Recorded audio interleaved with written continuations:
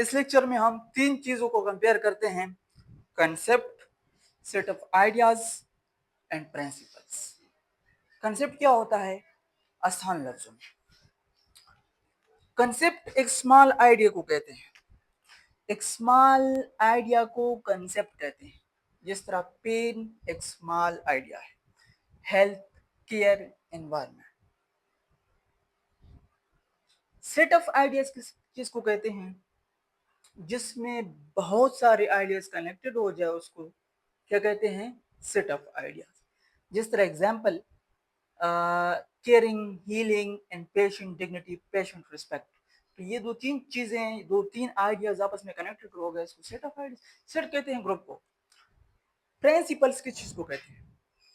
Principles उसूल को कहते हैं, रूल्स को कहते हैं। जिस तरह कि नर्स को किस टाइम, किस वक्त, किस सिचुएशन में कौन सा एक्शन लेना चाहिए, तो उसको क्या करना चाहिए।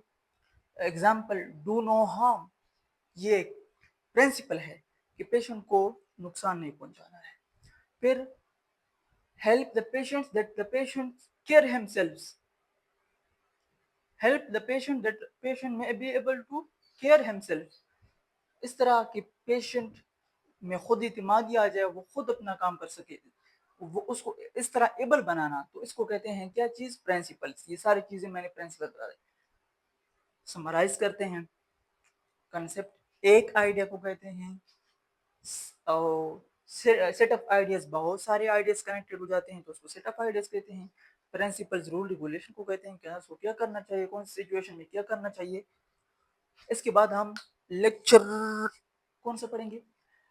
Purposes of nursing theory. अभी हमको आसान हो गया, हमने ये समझ लिया, तो हम पर्पसेस ऑफ नर्सिंग थ्योरी पढ़ेंगे। इसमें भी ये बहुत सारी चीजें रिपीट होती है, लेकिन आपको समझ में आएगी।